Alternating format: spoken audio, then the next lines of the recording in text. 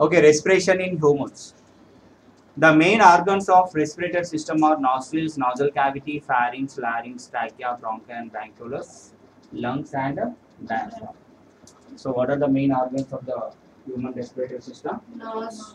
Nostrils, nasal cavity, pharynx, larynx, trachea, bronchi, bronchioles, lungs, and diaphragm. Now air enters through the nostrils. First ఎక్కడ నుండి air enter అవుతుంది? Nostrils నుంచి enter అవుతుంది. Nostrils లో hair and mucus ఉంటాయి. The air and mucus trap the dust particles. అంటే air లో ఉన్న డస్ట్ పార్టికల్స్ ని నోస్ లో ఉన్న హెయిర్ అండ్ మ్యూకస్ ట్రాప్ చేస్తాయి. Then it passes through the pharynx. Pharynx ఎక్కడ ఉంది చూడండి. Pharynx, where is the position of the pharynx, and this is the pharynx. Okay, this is pharynx, and it passes through, and this voice box, that is larynx, and this ring type cartilage structures we called as trachea. Okay, next it will go to the bronchi. So these are the bronchi. Then air enters through the trachea. Bronchi అంటే ఇలా y shape లాగా ఉంది కదా, this is bronchi. ఈ bronchi మళ్ళీ తిరిగి bronchi ఇలా why shape లాగా ఉంది కదా, సో మళ్ళీ లంగ్స్ లోకి వెళ్ళిన తర్వాత ఇది మళ్ళీ ఇది డివైడ్ అవుతుంది ఇలాగా. ఓకేనా, మళ్ళీ బ్రాంచెస్ గా డివైడ్ అవుతుంది. వీటిని ఏమనాలి? Bronchioles. And each bronchioles ends with smaller tubes called structure, that is tiny air sacs, that is we called as alveoli. ఇక్కడ చూడండి, ఎయిర్ ఎక్కడ నుండి ఎంటర్ అవుతుంది? ఫస్ట్ నాస్ట్రిల్స్, తర్వాత ఎలా వెళ్తుంది? ఫారింగ్స్, ఆ తర్వాత లారింగ్స్, ఆ తర్వాత trachea, bronchi, and enters into the lungs. ఇక్కడ ట్రాకియాకి రింగ్స్ ఎందుకు ఉన్నాయి? ఎందుకు ఈ రింగ్స్? ఈ రింగ్స్ ఉండడం వల్ల ఏం హెల్ప్ అవుతుంది అంటే, when there is no air which prevent it from the collapsing. అంటే ఎయిర్ పైప్ మొత్తం దగ్గరికి రాకుండా అది ప్రివెంట్ చేస్తుంది. రింగ్ లాగా స్ట్రక్చర్ ఉండడం వల్ల ఎప్పుడు ఓపెనింగ్ గానే ఉంటుంది ఆ ట్యూబ్ అంతా, ఎప్పటికి కూడా ఓపెన్ గా ఉంటుంది. సో అందుకనే ఆ రింగ్స్ అనేవి హెల్ప్ అవుతాయి. అంటే ఎయిర్ పైప్ అది కొలాప్స్ అవ్వకుండా, అంటే దగ్గరికి రాకుండా ఆ రింగ్స్ అనేవి హెల్ప్ చేస్తాయి. Okay, so when there is no air in the ట్రాకియాలో ఎయిర్ లేనప్పుడు అవి ఎయిర్ పైప్ కొలాప్స్ అవ్వకుండా, సో అది హెల్ప్ చేస్తుంది. Rings. The bronchi divides into smaller tubes called bronchioles. చెప్పాను కదా, ఇలా వై షేప్ లో ఉంది, అదేంటి? బ్రాంకై. సో ఈ బ్రాంకై మళ్ళీ తిరిగి చిన్న చిన్న బ్రాంచెస్ గా డివైడ్ అవుతుంది. దాన్ని ఏమనాలి? బ్రాంక్యూలస్.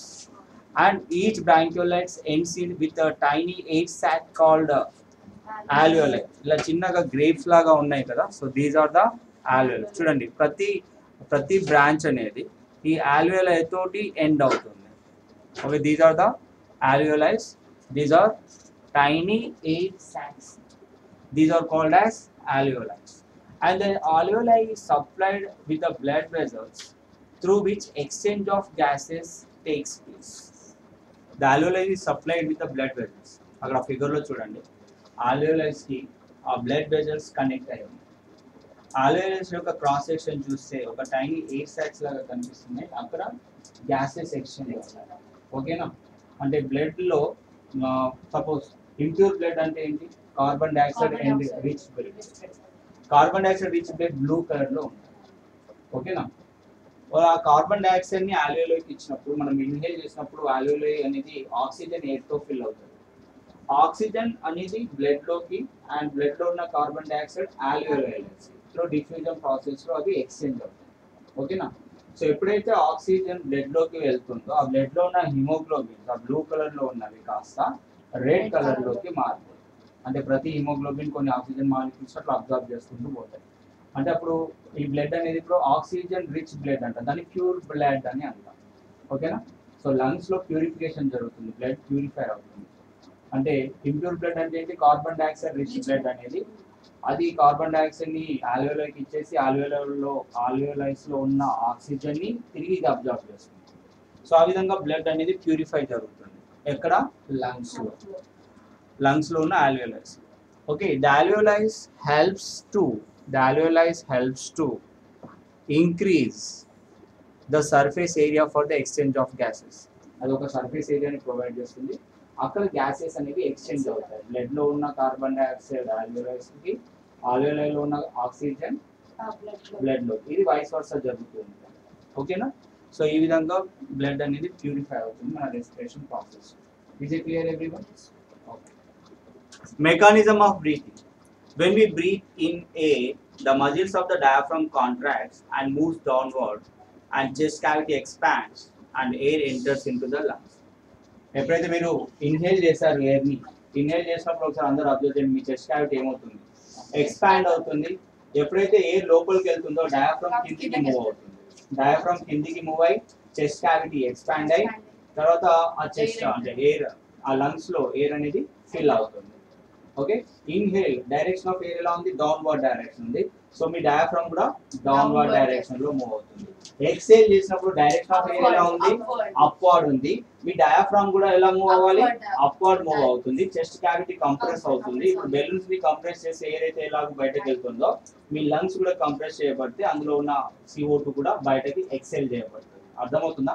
డైరెక్షన్ ఆఫ్ ఎయిర్ గమనించండి, డయాఫ్రామ్ మూవ్మెంట్ మీకు అర్థమవుతుంది. మీరు ఇన్హేల్ చేసినప్పుడు మీ ఎయిర్ లోపలికి వెళ్తుంది కదా, అంటే లోపలికి వెళ్తుంది అంటే డయాఫ్రామ్ కూడా కిందికి మూవ్ అవుతుంది, ఇన్సైడ్ మూవ్ అవుతుంది. మీరు ఎక్సేల్ చేసినప్పుడు డైరెక్షన్ ఆఫ్ ఎయిర్ ఎటువైపు మూవ్ అవుతుంది?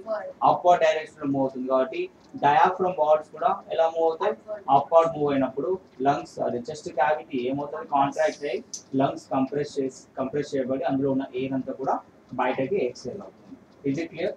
When you exhale what will happen? Diaphragm moves downward upward direction. So when we breathe out the air, the muscles of the diaphragm relaxes and moves upward, and the chest cavity contracts and air goes out of the lungs. ఇక్కడ ఒక చిన్న activity ఇచ్చారు.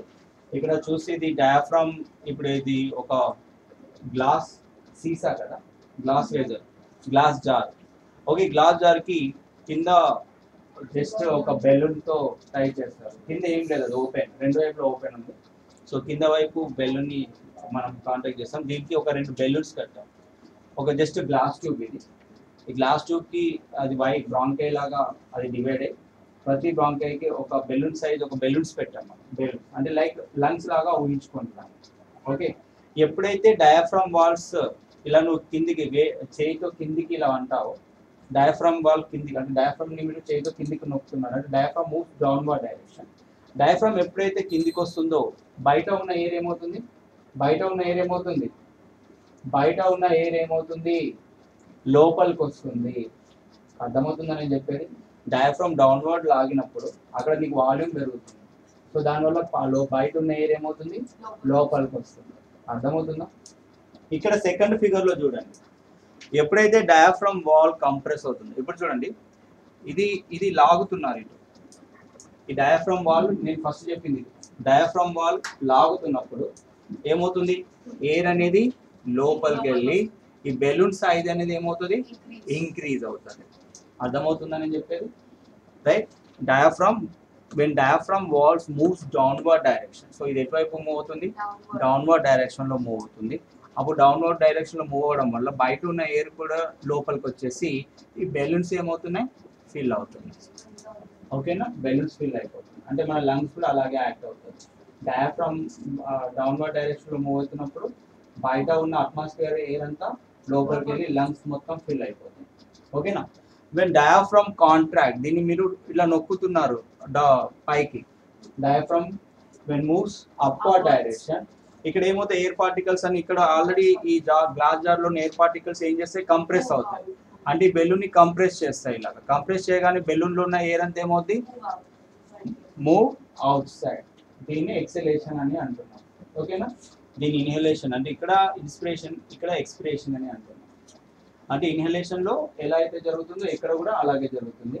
ఎప్పుడైతే diaphragm walls మీరు కిందికి move చేస్తారో అప్పుడు బయట ఉన్న ఎయిర్ గ్లాస్ జార్ లోకి మూవ్ అవుతుంది. అలాగే అక్కడ బెలూన్స్ కూడా ఆ ఎయిర్ తో ఫిల్ అవుతాయి. ఓకే, ఎప్పుడైతే డయాఫ్రామ్ ని మీరు అప్వర్డ్ డైరెక్షన్ లో మూవ్ చేస్తారో అక్కడ ప్రెషరైజ్ అయిపోయి లంగ్స్, అదే బెలూన్స్ ప్రెషర్ అయిపోయి బెలూన్స్ లో ఉన్న ఎయిర్ అంతా కూడా పైకి మూవ్ అవుతుంది. దాన్ని ఎక్సలేషన్ అని అన్నారు. అర్థమవుతుందా నేను చెప్పేది? Okay, is it clear everyone? ఇప్పుడు ఫైనల్ గా మీరు అర్థం చేసుకోండి, ఎయిర్ యొక్క డైరెక్షన్ డయాఫ్రామ్ యొక్క డైరెక్షన్. మీరు ఇన్హేల్ చేసినప్పుడు ఎయిర్ యొక్క డైరెక్షన్ ఎలా ఉంటుంది? మీరు గాలి పీల్చుకున్నప్పుడు మీరు ఎయిర్ యొక్క డైరెక్షన్ ఎలా ఉంటుంది?